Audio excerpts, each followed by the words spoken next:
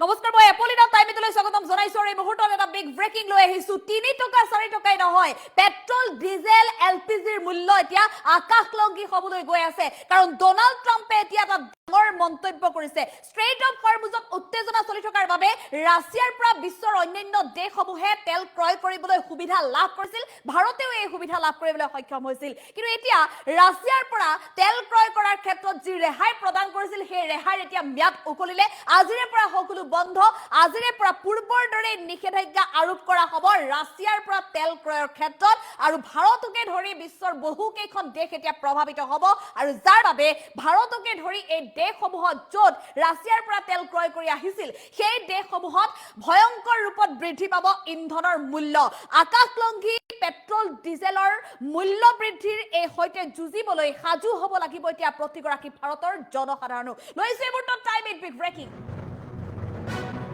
আকাশলংঘী হ'ব পেট্ৰল ডিজেলৰ মূল্য 3 টকা 4 টকা মূল্য বৃদ্ধিক লৈ যি সময়ত জনসাধাৰণে মাধমাৰ সুধুৱা বুলি কৈছিল তাতোকৈও এতিয়া ডাঙৰ বিপদৰ সন্মুখীন হ'ব লাগিব ট্ৰাম্পৰ এটা মন্তব্যই বিপদত পেলাব নেকি ভাৰতকো বিশ্বৰ বজাৰত ইন্ধনৰ মূল্য বৃদ্ধিৰ নাটনিক লৈ বিপদত পৰিছে এতিয়া সমগ্ৰ বিশ্ববাসী এনে ভয়াৱহতাৰ মাজতে পুনৰ ট্ৰাম্পে কৰিছে ডাঙৰ মন্তব্য ট্ৰাম্পৰ ডাঙৰ মন্তব্যৰ পিছতে হাহাকাৰ লাগিছে এতিয়া বিশ্ববাসীৰ মাজত ৰাছিয়াৰ পৰা অহা খাৰুৱা তেলৰ ৰেহাইৰ ম্যাদ শেষ বুলি ট্ৰাম্পে কৰিছে ঘোষণা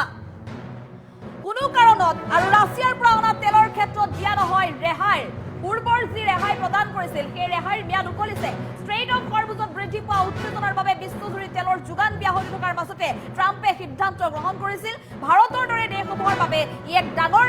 প্ৰত্যাহ্বান হৈ পৰা পৰিলক্ষিত হৈছে ইউৰোপীয় মিত্ৰ শক্তিৰ হেঁচাত ট্ৰাম্পে লৈছে এতিয়া বৃহৎ সিদ্ধান্ত ৰেহাইৰ ম্যাদ উকলিলে এতিয়াৰে পৰা পুনৰ কঠোৰ হৈছে ডোনাল্ড ট্ৰাম্প ৰাছিয়াৰ পৰা তেল ক্ৰয়ৰ ক্ষেত্ৰত আমি পুনৰ জনাইছো এটা ডাঙৰ খবৰ সমগ্ৰ দেশজুৰি আচলতে হাহাকাৰময় পৰিৱেশৰ সৃষ্টি হৈছে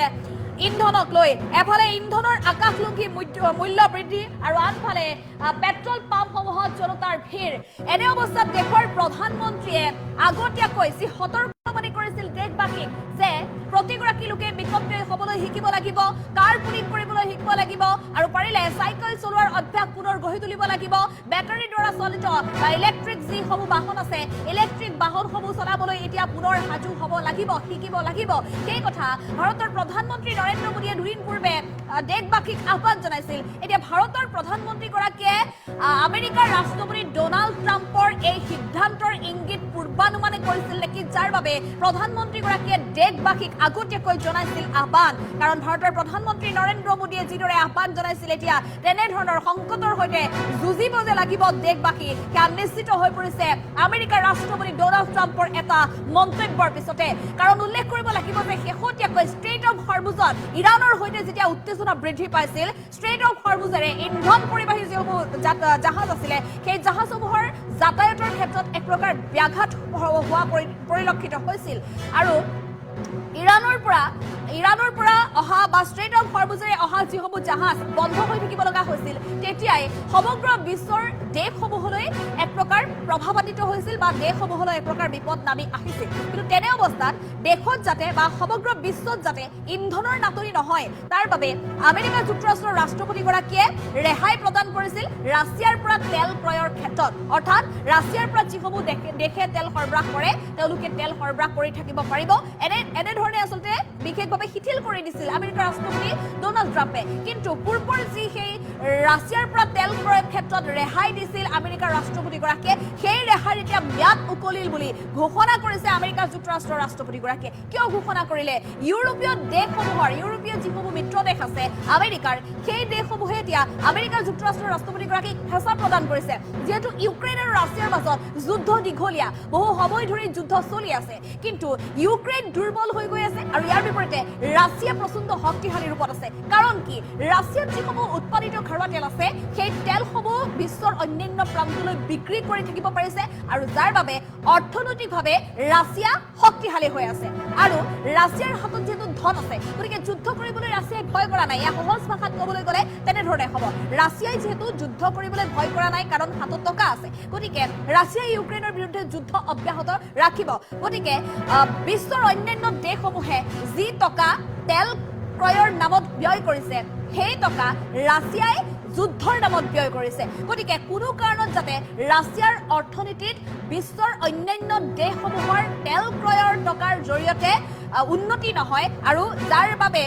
যুদ্ধত আচলতে বিশ্বৰ অন্যান্য দেশৰ টকা ব্যয় নহয় তাৰ বাবে এতিয়া ইউৰোপীয় দেশসমূহে আলোচনা কৰি আছিল আৰু ইউৰোপীয় মিত্ৰ দেশসমূহে আমেৰিকা যুক্তৰাষ্ট্ৰৰ ৰাষ্ট্ৰপতিগৰাকীক বাৰে বাৰে আহ্বান জনাই আহিছিল আৰু অৱশেষত আমেৰিকা যুক্তৰাষ্ট্ৰৰ ৰাষ্ট্ৰপতিগৰাকীয়ে ইউৰোপীয় দেশসমূহৰ মিত্ৰ দেশৰ হেঁচাত অৱশেষত মানি ল'বলৈ বাধ্য হ'ল যে ৰাছিয়াৰ পৰা অহা তেল ক্ৰয়ৰ ক্ষেত্ৰত পূৰ্বৰ যি ৰেহাই আছিল সেই ৰেহাইৰ ম্যাদ বন্ধ কৰি এতিয়া পুনৰ নিষেধাজ্ঞা আৰোপ কৰা হ'ব এতিয়াৰে পৰা ৰাছিয়াৰ পৰা আমদানি কৰা সেই তেলৰ ক্ষেত্ৰত নিষেধাজ্ঞা পুনৰ আৰোপ কৰি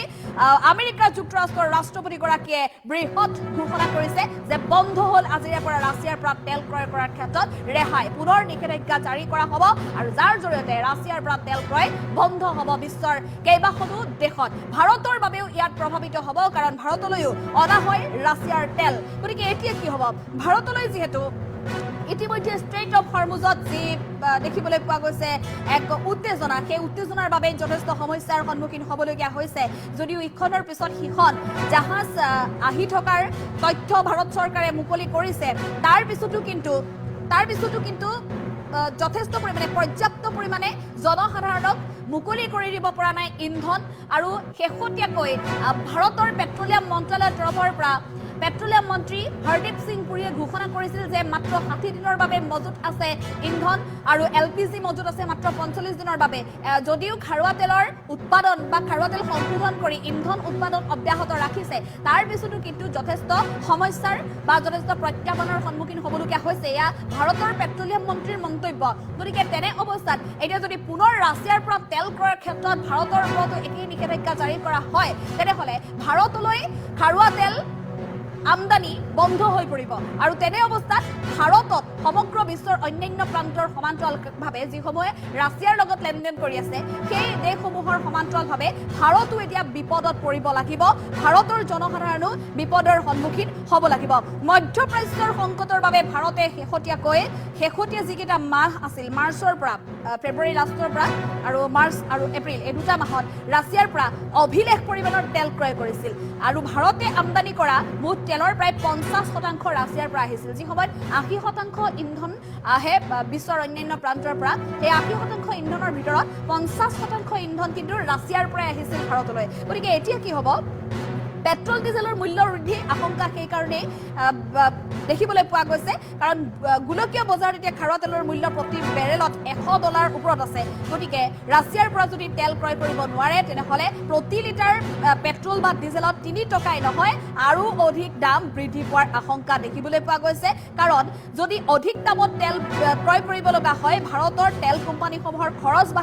বৃদ্ধি বাঢ়িব আৰু যাৰ বাবে পেট্ৰল ডিজেল চিএনজিৰ দাম পুনৰ বৃদ্ধি হোৱাৰ সম্ভাৱনা দেখিবলৈ পোৱা গৈছে সমগ্ৰ বিশ্বজুৰি এতিয়া হাহাকাৰ লাগিছে ডোনাল্ড ট্ৰাম্পৰ এই ঘোষণাৰ পিছতে যেতিয়াই ঘোষণা কৰিলে যে ৰাছিয়াৰ পৰা আৰু তেল ক্ৰয় কৰিব নোৱাৰিব ৰাছিয়াৰ পৰা তেল ক্ৰয় কৰাৰ যি ৰেহাই দিয়া হৈছিলে সেই ৰেহাই ম্যাদ উকলি গৈছে তাৰ পিছতে এতিয়া ভাৰতৰ দৰে বহু দেশত লাগিছে হাহাকাৰ অৱস্থা কি হ'ব আগন্তুক পৰিস্থিতি আৰু ভাৰতৰ প্ৰধানমন্ত্ৰী নৰেন্দ্ৰ মোদীয়ে যেন এই বিষয়টোক লৈ বা আমেৰিকাৰ ৰাষ্ট্ৰপতি ডোনাল্ড ট্ৰাম্পৰ যি সিদ্ধান্ত সেই সিদ্ধান্ত পূৰ্বতে যেন অনুমান কৰিছিল যাৰ বাবে আগতীয়াকৈ দেশৰ জনসাধাৰণক সতৰ্ক কৰি দিছিল যে ইন্ধন এটা হিচাপত সীমিত পৰিমাণত ব্যৱহাৰ কৰিব লাগে আৰু সাইকেলৰ ব্যৱহাৰ ট্ৰাফিক সিগনেলত ইন্ধন ব্যৱহাৰ আদিৰ ক্ষেত্ৰত কিছু পৰিমাণে মানুহে মনোযোগ দিব লাগে বুলি মন্তব্য কৰিছিল দেশৰ প্ৰধানমন্ত্ৰী গৰাকীয়ে মুঠতে সমগ্ৰ বিশ্বত হাহাকাৰ লাগিছে ডোনাল্ড ট্ৰাম্পৰ এই মন্তব্যৰ পিছতে